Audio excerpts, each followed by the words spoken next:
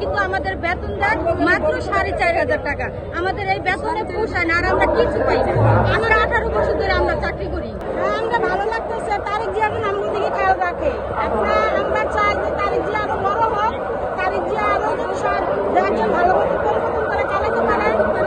আমাদের যা দেখে খেয়াল রাখে, গরিবের প্রতি লক্ষ্য রাখে, এটি আমরা কাম্য না, এটি আমরা কাম্য না। দেশের ভালো চাই, আমরা দেশের শান্তি চাই, দেশের দুর্নীতি চাই না, এটি আমরা কাম্য না। কিন্তু আজকে 10 বছর হয়ে গেছে, বেতন বাড়ায় না। আমরা মনে করি খুবই বেতন কম, আমরা এই বেতন দিয়ে আমরা চলতে পারি না। ঘর ভাড়া অনেক হয়ে যায়, বেতন হিসাবে কম, কিন্তু আওয়া যাওয়া গাড়ি ভাড়া লাগে। বেতন বাড়া যায় না, কিন্তু আমরা সবসময় আমরা তাদেরকে সবসময় সব জায়গায় যাই আমরা, কিন্তু আমরা কিছুই পাই না। তারেক রহমানের সাথে সরাসরি কথা বলতে পারলে কি বলতেন তাকে? বেতনের আবেদনটা আগে জানাইতাম। আমরা কোম্পানির মাধ্যমে চাকরি করি, আমরা এই জনতা ব্যাংকে কোম্পানির মাধ্যমে চাকরি করি, কিন্তু আমাদের বেতন দেয় মাত্র 4,500 টাকা। আমাদের এই বেতনে পোষায় না, আর আমরা কিছু পাই না। আমরা 18 বছর ধরে আমরা চাকরি করি।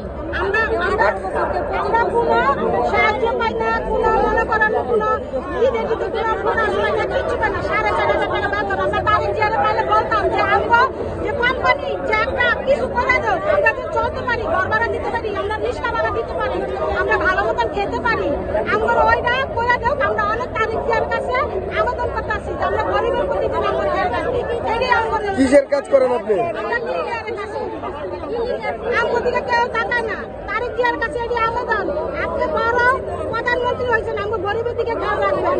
আপনার কাছে এটি আবেদন যে আমরা বেতনটা বাড়াই দিবেন, আমরা তো ভালো মতন চলতে পারি, খাইতে পারি, রিক্সা ভাড়া দিতে পারি। দ্রব্যমূল্যের দাম অনেক বেশি, আমরা এই জায়গা দিয়ে চলতে পারি না। আপনার কাছে এটি মিনতি, আমার কাছে খেয়াল রাখবেন, আমরা সবার দিকে খেয়াল রাখবেন। যত বাংলাদেশের ক্লিনিয়ার আছে তাদের দিকে খেয়াল রাখবেন। এটি আমরা কাম্য না।